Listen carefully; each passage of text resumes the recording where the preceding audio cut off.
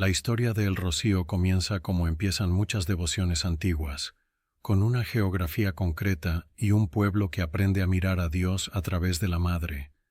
En la aldea de El Rocío, perteneciente a Almonte, Huelva, entre marismas, pinares y arenas móviles, fue creciendo desde la Edad Media una veneración a María que primero se llamó de las Rocinas, por el paraje, y después del Rocío, como si el nombre quisiera decir algo de esa frescura de gracia que cae sin ruido y lo fecunda todo. La tradición habla de un hallazgo, una imagen mariana encontrada en el bosque por un cazador, un motivo habitual en la piedad peninsular que subraya algo profundo. La iniciativa es de Dios, que sale a nuestro encuentro en el territorio y la historia concretos. A partir de ahí, la gente de Almonte y de los contornos comenzó a organizar su vida religiosa en torno a la ermita, a sus fiestas y a la protección de la Virgen, con una naturalidad que hace de la fe una costumbre buena, transmitida de abuelos a nietos. Con el tiempo, la devoción se estructuró en hermandades. Primero la matriz de Almonte y más tarde una constelación de filiales que, desde distintos pueblos y ciudades, peregrinan hasta la Blanca Paloma. Ese tejido asociativo no es un mero club festivo, es una escuela de caridad, de identidad cristiana y de ciudadanía. Las hermandades sostienen el culto, cuidan a los más frágiles, guardan la memoria, preparan a los jóvenes y tejen esa sociabilidad mediterránea donde la fe se mezcla con la mesa, la música, el trabajo y el descanso. Así, el Rocío no es solo un evento anual, es una cultura de vínculos que dura todo el año. La imagen, la reina de las marismas, concentra una antropología sencilla y profunda. María como casa y camino, como protección materna en medio de unas tierras hermosas pero exigentes. No es casual que la devoción echara raíces en un entorno natural que pide respeto, paciencia y comunidad. Cruzar marismas y arenas enseña a depender unos de otros, a caminar al ritmo del último. La fecha de la gran romería, Pentecostés, añade un sentido teológico muy particular. Mientras la Iglesia entera celebra el don del Espíritu y el nacimiento misionero de la comunidad cristiana, los rocieros contemplan a María como icono de la Iglesia que recibe el Espíritu y lo ofrece. Por eso tantas oraciones del Rocío tienen sabor de invocación y envío. La Virgen no es una meta estática, sino una madre que conduce hacia Cristo y hacia los hermanos. La piedad popular, lejos de ser un adorno, actúa como catequesis de los afectos. Enseña a rezar con el cuerpo, con la música y con el tiempo. Enseña a agradecer, a pedir perdón, a sostener promesas, a celebrar sin olvidar al que sufre. Las sevillanas rocieras, el rosario en el camino, las salves y vivas no sustituyen a la liturgia, pero la acompañan y la disponen. Son puertas de entrada para muchos que, a través de la emoción y la belleza, descubren la hondura del Evangelio. Históricamente, el Rocío ha atravesado transformaciones, épocas de sencillez rural, momentos de expansión, ajustes en las formas, cuidados frente al exceso. En ese recorrido se ve algo que la Iglesia ha reconocido en el último siglo con claridad. La piedad popular es un lugar teológico donde se custodian verdades vividas, la misericordia, la ternura de Dios, la dignidad de los pequeños, el valor del sacrificio ofrecido, que quizá no aprendemos en un aula. El Rocío, con su carreta del sin pecado, su tamboril y su flauta, sus paradas bajo la sombra, su hospitalidad a pie de camino, enseña que la fe no se reduce a conceptos, se hace paso compartido, canto, perdón dado, pan partido. Y cuando, en la madrugada de Pentecostés, los almonteños realizan el salto de la reja, para acercar a la Virgen a sus hijos, lo que se contempla no es una ruptura de formas por puro fervor, sino un lenguaje ancestral que quiere decir: Madre, ven a nuestro encuentro. Queremos llevarte donde están tus devotos, los sanos y los enfermos, los fuertes y los cansados. El sentido de esta devoción se prueba en la vida. Un devoto auténtico del Rocío lo es tanto en la marisma como en su barrio, Cuida la creación, porque aprendió a cruzar Doñana sin herirla. Tiende la mano, porque en el camino nadie se salva solo. Trabaja con esperanza, porque sabe que la Virgen guarda y acompaña. Celebra sin olvidar, porque la alegría verdadera no prescinde del que llora. Quien ha hecho el camino sabe que el cansancio compartido une más que muchos discursos, y que una salve rezada a la luz de las estrellas puede reconciliar a amigos que llevaban tiempo sin hablarse. Por eso tantos testimonios hablan de promesas cumplidas, de gracias recibidas, de conversiones discretas. La devoción no es un amuleto ni una identidad superficial, es una pedagogía que pone a Cristo en el centro, con María como maestra del corazón. También hay una memoria histórica de cuidado y compromiso. A lo largo de los siglos, la hermandad matriz y las filiales han reconstruido ermitas, socorrido en epidemias, sostenido economías locales, educado a generaciones en la fe y en la responsabilidad. No faltan desafíos, la masificación, el ruido, la mercantilización, pero precisamente por eso la conciencia cristiana de muchos rocieros insiste en el respeto a la Virgen, al entorno, a los demás romeros, a los horarios litúrgicos, al silencio que a veces también pide sitio. De esa tensión bien vivida, entre fiesta y oración, entre tradición y cuidado, entre multitud y recogimiento, nace la madurez de una devoción que quiere seguir siendo de todos, sin perder su alma. La dimensión mariana del rocío se entiende mejor si recordamos cómo mira la Iglesia a María, no como fin en sí, sino como camino seguro hacia su Hijo. La llaman blanca paloma por su pureza y por ese aliento de espíritu que evoca Pentecostés. La llaman reina de las marismas porque, como en Caná, cuida de lo pequeño en un territorio difícil. En sus manos, muchos dejan promesas, dolores, nombres propios. Y esa confianza no los infantiliza, los responsabiliza. La devoción verdadera siempre acaba en obras, reconciliaciones, misas ofrecidas por enfermos y difuntos, voluntariados discretos, familias que se reencuentran en el camino. No es raro que, a la vuelta, los romeros celebren en su parroquia una acción de gracias y se comprometan a un gesto concreto: visitar a un anciano, ayudar en Cáritas, rezar en casa el rosario de los jueves. La alegría rociera no se guarda en una vitrina, se convierte en estilo de vida. En algunos años, la imagen realiza traslados y cultos extraordinarios que reavivan la llama en Almonte y sus alrededores.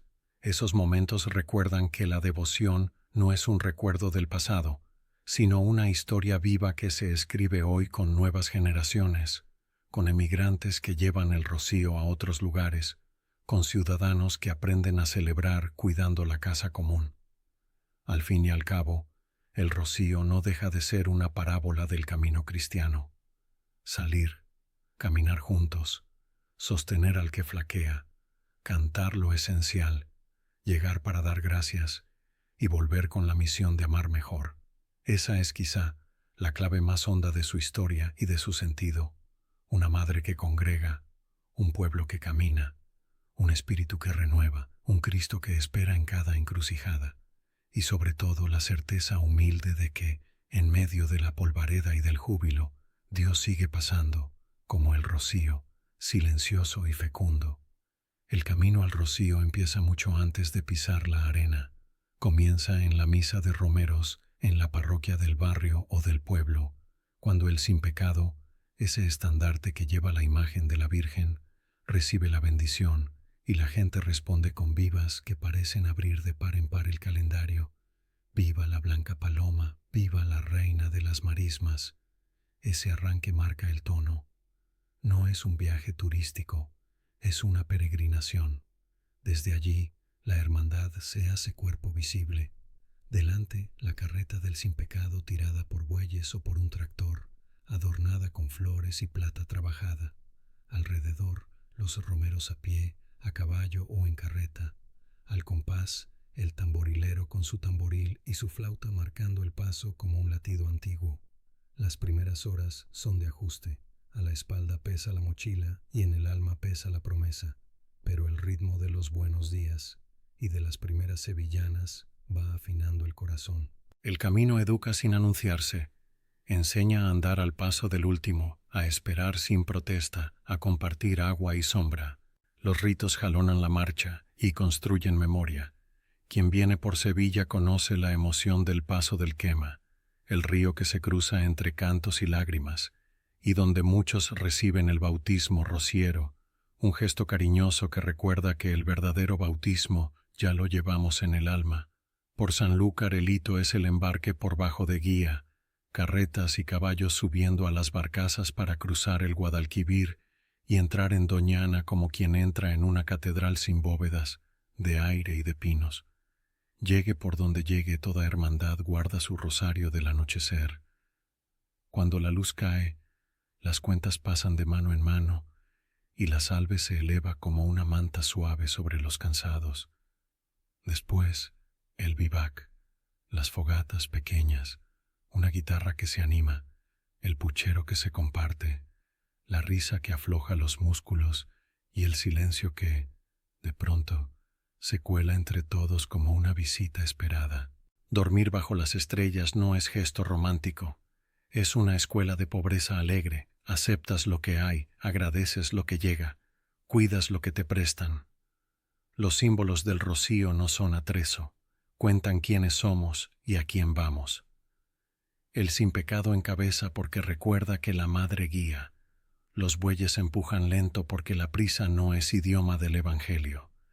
El sombrero de ala ancha y el traje corto o la traje de flamenca no son disfraces, son una manera de decir: voy de fiesta de Dios, sin quitarle gravedad a la penitencia del polvo. La medalla de la hermandad, colgada al cuello, pesa lo justo para acordarte de tus promesas. Los cohetes que suben no compiten con la oración, la despiertan. Y el tamboril no es ruido, es compás para rezar con los pies. Incluso el polvo tiene su catequesis, se pega a la piel para recordar que somos barro y que no llegaremos limpios por fuera, pero quizás sí más claros por dentro. El cesteo de mediodía es otro rito escondido. Se busca una sombra grande, se descargan carretas, se improvisan manteles. Allí se multiplica el pan de cada uno. Una tortilla que aparece, una lata que circula, una jarra de gazpacho que salva la tarde. Nadie pregunta demasiado de dónde viene ni a quién le toca. El camino educa en la gratuidad. También educa en la ecología. Lo que trajiste, te lo llevas. Lo que el monte da, se respeta. La basura no se queda. Los caminos no se abren a golpe de capricho. Hay mayordomos, carreteros, sanitarios y guardabosques que velan. Obedecerles es parte de la devoción. Si alguien cae del caballo, si una rueda se atasca, si un niño llora, esa es la homilía del día. La caridad manda la liturgia. Cada jornada tiene su liturgia sencilla. Al amanecer, ofrecimiento. Al andar, jaculatorias cortas. Señora del Rocío, danos paso. Al parar, acción de gracias. Al reanudar, canto. Al caer la tarde, rosario. Al dormir, bendición. Y en medio, conversaciones a media voz. Reconciliaciones que el polvo facilita. Perdóname lo de aquel año. Promesas que se confirman. Si salgo de esto, iré contigo. Duelos que se hacen compañía. Hoy camino por mi Padre. Para quien llega con la fe arrugada, el camino ofrece pedagogía de afectos. Reza el que canta, reza el que sirve, reza el que guía y reza el que se deja guiar. También reza el cansancio. Hay rosarios que se ganan con ampollas. Entrar en la aldea por el puente del Ajolí tiene algo de umbral sacramental. Suena el tamboril con más brío, los vivas se contagian, algunos lloran sin pudor. La presentación de la hermandad ante la Virgen es un rito de identidad. No se va a exigir milagros, se va a dar gracias y a entregarse. Los ramos suben como un bosque momentáneo, las sevillanas ceden el sitio a la salve, el silencio corta de pronto el aire. Lo que duele, duele ahí, lo que alegra, estalla ahí. y la blanca paloma en el altar parece decir sin palabras: ya habéis llegado, ahora volved distintos. Pero la experiencia del camino no se mide solo en la llegada, se mide en lo que queda cuando pasa la polvareda. Aprender a caminar en comunidad, a pedir perdón deprisa, a repartir el peso del día, a rezar con lo concreto. Virgen, dame agua para este cansancio, a escuchar más que a opinar, a cuidar la casa común como si fuese una ermita. Los símbolos que acompañaron, la carreta, el sin pecado, el tamboril, la medalla, no se olvidan en un cajón. Vuelven como memoria en los jueves de rosario, en las acciones de gracias de septiembre, en el gesto de frenar para que el último alcance el paso. En ese pozo está la verdad de la piedad popular. Evangeliza los afectos para que el evangelio llegue a la agenda. Por eso, quien narra el rocío suele hablar de hallazgos. Encontró amigos que no sabía que tenía, fuerzas que creía perdidas, fe sin adornos, misericordia sin micrófono, y suele hablar de heridas curándose despacio, un rencor que se afloja, una soledad que se llena, una culpa que empieza a rendirse, no por magia, sino por esa mezcla de canto, servicio, polvo, silencio y sacramentos que solo el camino sabe hacer. Si alguna vez dudas de lo que significan los ritos y símbolos, vuelve a la experiencia, recuerda el quema en la piel, el ajolí en la garganta, el rosario al pie del pino, la salve a medianoche. Todo eso junto, dice Rocío, y todo eso, si lo dejas, te enseña a vivir de otra manera cuando ya no hay cohetes ni carreta, más despacio, más juntos, más de Dios. Pentecostés en el Rocío no empieza cuando el calendario marca la fecha, sino cuando el pueblo se reconoce convocado y la aldea despierta con un rumor antiguo de fe. Desde el sábado se adivina el latido. Las presentaciones de las hermandades ante el santuario son un desfile de memoria y promesa. Llegan por el puente del Ajolí, suben las voces, el tamboril ordena el paso, y cada sin pecado, ese estandarte que guarda la imagen de la Virgen, se inclina como quien dice: gracias, y aquí estamos, al mismo tiempo. En las caras se mezcla el polvo del camino con lágrimas discretas. En los vivas se oye la historia de familias enteras que han aprendido a rezar cantando. La aldea se vuelve casa grande, patios abiertos, puertas sin prisa, caballos que descansan al sol, niños que se duermen en brazos ajenos como si todo el mundo fuese familia. Aún con la fiesta a flor de piel, el ambiente tiene una tensión buena, la de los días en que va a pasar algo importante. Es la víspera de Pentecostés, el pueblo mira a María, blanca paloma, reina de las marismas, como a quien sabe abrir ventanas para que entre el Espíritu. El domingo amanece con la solemnidad de las citas verdaderas. La misa pontifical reúne a miles en torno al altar al aire libre. Las medallas brillan sobre el pecho, los sombreros hacen de visera y de gesto reverente, las guitarras callan para escuchar la palabra, se proclama el Evangelio y al nombrar al Espíritu que desciende, más de uno siente que el texto se está cumpliendo en su propia vida. La homilía no compite con el paisaje, lo habita. Habla de María como icono de la Iglesia que recibe el don y lo ofrece. Habla de la misión que empieza en casa, en el trabajo, en el barrio. Habla de reconciliarse, de volver a empezar. Al consagrar, el santuario parece una barca donde cabe la intemperie de todos. Enfermos, duelos, promesas, pecados viejos, gratitudes nuevas. La comunión llega a pie de arena, y la gente la recibe con la delicadeza de quien sabe que ese pan es el centro y la fuente. Después, el murmullo vuelve, pero más bajo, como si la aldea entera respirara más hondo. La tarde del domingo trae encuentros, visitas entre hermandades, rosarios rezados en patios, una caridad discreta que no hace ruido, un plato que se comparte, una cura rápida a un pie lastimado, un vaso de agua a tiempo. La fiesta, en su versión mejor, se ordena desde la oración, esa alegría que no olvida al que sufre. La madrugada del lunes, La célebre madrugá es el corazón palpitante de la romería. La noche cae, y poco a poco, la multitud se acerca al santuario. La espera se llena de cantos y silencios. Las velas hacen constelaciones de a pie. La emoción se mezcla con la disciplina de quienes saben que allí no todo es espontáneo, que hay un orden heredado, una delicadeza que cuida el rito. A una hora que no se anuncia con precisión, porque el amor no siempre da reloj, los salmonteños realizan el salto de la reja, ese impulso con que cruzan la verja del presbiterio para tomar a la Virgen y sacarla en procesión. No es un gesto de fuerza, es un gesto de confianza antigua, de piedad que quiere acercar a la madre a sus hijos. Cuando la blanca paloma sale y asoma entre brazos, la aldea entera respira, como si la hubieran llamado por su nombre. Las campanas, los vivas, las flores y las lágrimas tienen un idioma común que no necesita traducción. Gratitud, petición, reparación, entrega. Empieza entonces una procesión que dura horas.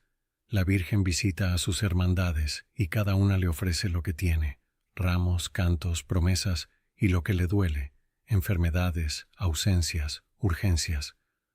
Hay rostros que miran con hambre de cielo.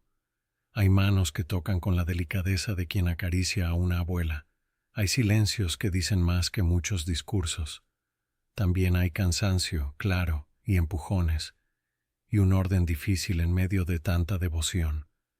Por eso el respeto se vuelve parte de la oración y la paciencia, una forma concreta de amor. En esa madrugada cabe una teología entera. Pentecostés no es una efeméride, es el hoy de un Dios que quiere encender la vida de su pueblo. María, que guardó a la iglesia naciente, sigue guardando a este pueblo que canta y sirve. El Espíritu no baja como espectáculo, baja como fuerza mansa que reconcilia, que empuja a pedir perdón, que cura rencores antiguos, que convierte promesas antiguas en obras nuevas. Hay conversiones discretas al borde de la arena. Hay vocaciones que se intuyen en un silencio, hay reconciliaciones que se sellan con un abrazo, hay duelos que encuentran descanso. Mientras la Virgen recorre las calles, cada uno escucha un susurro distinto. Confía, repite tu sí, vuelve a la Eucaristía, no te olvides del pobre, perdona. Y cuando la procesión regresa al santuario y la imagen sube de nuevo al altar, queda en el aire una certeza humilde. Dios ha pasado por aquí y nos ha dejado tarea. El final de la romería no es una dispersión, es un envío. Llega el momento de recoger, de agradecer, de pedir perdón por los excesos, de cuidar la casa común que nos prestó sombra y suelo. Las hermandades se organizan para volver por el mismo camino, con la serenidad de quien sabe que ahora empieza lo más difícil, hacer rocío en la vida cotidiana. La gente se bendice, se desea buen regreso, se promete oraciones. Hay quien pasa por la confesión antes de partir, como quien ajusta el rumbo. El regreso reproduce, en clave de retorno, los ritos del camino, rosarios que sostienen, cesteos que reparan, silencios que dejan sedimentar lo vivido.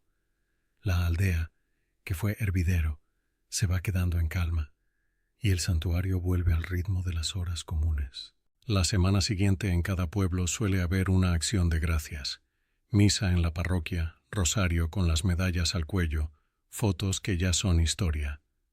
Las promesas se traducen en decisiones: visitar a ese enfermo que nombramos a los pies de la Virgen, terminar la reconciliación que allí empezó, dedicar un rato semanal a Cáritas, rezar en familia los jueves. La romería no se guarda en una vitrina, se convierte en estilo: más paciencia, más servicio, más verdad, más alegría sobria. Para quienes no pudieron viajar, Pentecostés llega igual: novenas en casa, rosarios rocieros, transmisión de la misa, una vela encendida y una limosna discreta por lo que allí se vive. La comunión no entiende de kilómetros. Pentecostés en el rocío, al final, enseña que la fe católica tiene cuerpo y calle, polvo y canto, sacramento y piedad popular. Enseña que María no es refugio para escapar, sino puerta para salir enviados. Enseña que el Espíritu no uniforma, armoniza. Por eso caben en la aldea los muy devotos y los que empiezan, los que cantan alto y los que rezan bajito, los que vienen de lejos y los de toda la vida. Y por eso, cuando uno vuelve a su rutina, al trabajo, al metro, a la compra, puede seguir viviendo Pentecostés con cosas pequeñas, una palabra más amable, un perdón más rápido, una Eucaristía entre semana, un rosario cortito al caer la tarde, el cuidado concreto de la casa común del barrio. Viva la Virgen del Rocío se convierte en acto de cada día. Vivir la Virgen es dejar que nos lleve a Cristo y con Él a los demás. Entonces sí, la romería no se termina. Continúa en la vida, que es donde el Espíritu hace su mejor trabajo.